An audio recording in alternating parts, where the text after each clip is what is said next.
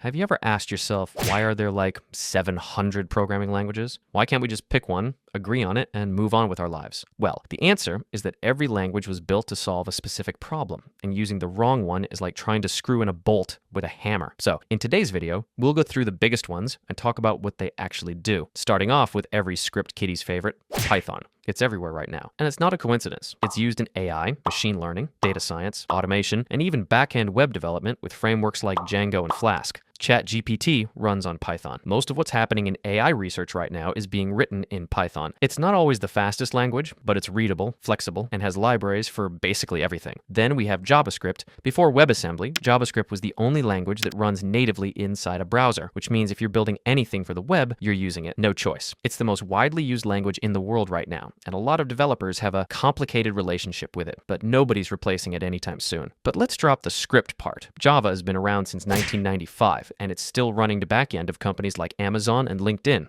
The reason it's stuck around is the JVM, the Java Virtual Machine, which lets Java code run on any machine without rewriting it. Enterprises love that kind of reliability. Android development was also built on Java for a long time, and a lot of that code is still out there. And if you use Java extensively, you might have noticed that it was heavily inspired by C. C is the grandfather of pretty much everything on this list. It talks directly to the hardware, which makes it incredibly fast and gives you full control over memory and system resources. Linux is written in C, and if you're working with embedded systems, microcontrollers, or operating systems, this is your language. C++ takes everything C can do and adds object-oriented programming, or POO, as they call it in French, on top of it. It's the language behind game engines like Unreal Engine, which powers a huge chunk of modern AAA games. When you need to render millions of polygons and do physics calculations and AI pathfinding all at the same time without dropping below 60 frames, C++ is how you get there. Then there's the black sheep of the family, C#. It's Microsoft's language, but it found its second life in game development through Unity. If you've ever played an indie game, there's a decent chance it was built in Unity, which means it was written in C#.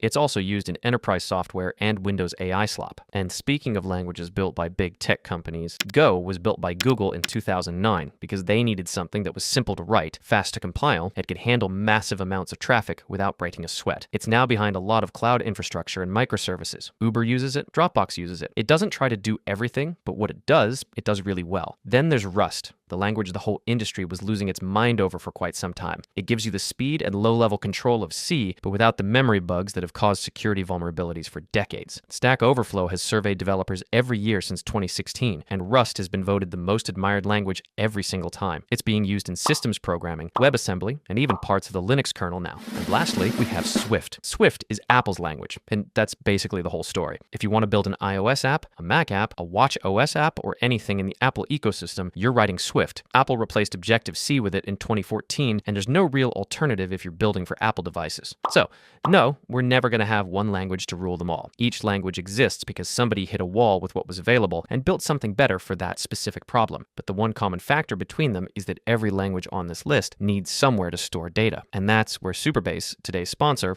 comes in. Supabase is an open-source backend platform built on Postgres. Auth, storage, real-time, and edge functions are all included, and with their front-end SDKs, hooking everything up to your app takes minutes, not days. Getting started is flexible too. Just spin it up yourself with Docker, or create a free managed account and let Supabase handle the infrastructure while you focus on building. And this isn't just another backend tool that'll be irrelevant in 2 years. Supabase is actively investing in its ecosystem, the community, the integrations, and the tooling. So what you build on top of it today only gets more powerful over time. For AI development specifically, PG Vector is built directly into your database. That means vector search and embeddings live right next to your data. No extra services, no extra cost. Link in the description to get started for free. Thanks to Supabase for sponsoring.